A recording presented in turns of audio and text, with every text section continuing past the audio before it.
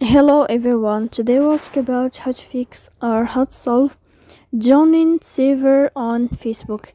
To know how to fix or how to solve joining server on Facebook, you should just go to settings. After that, you can click apps, default apps, app settings. Here in this list, you'll enter to the window or to the app of Facebook app and you can click.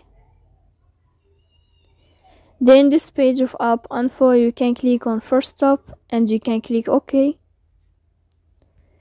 Then you will enter to the window of storage.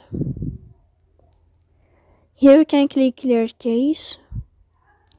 Don't click clear data because that can cause you errors in your app.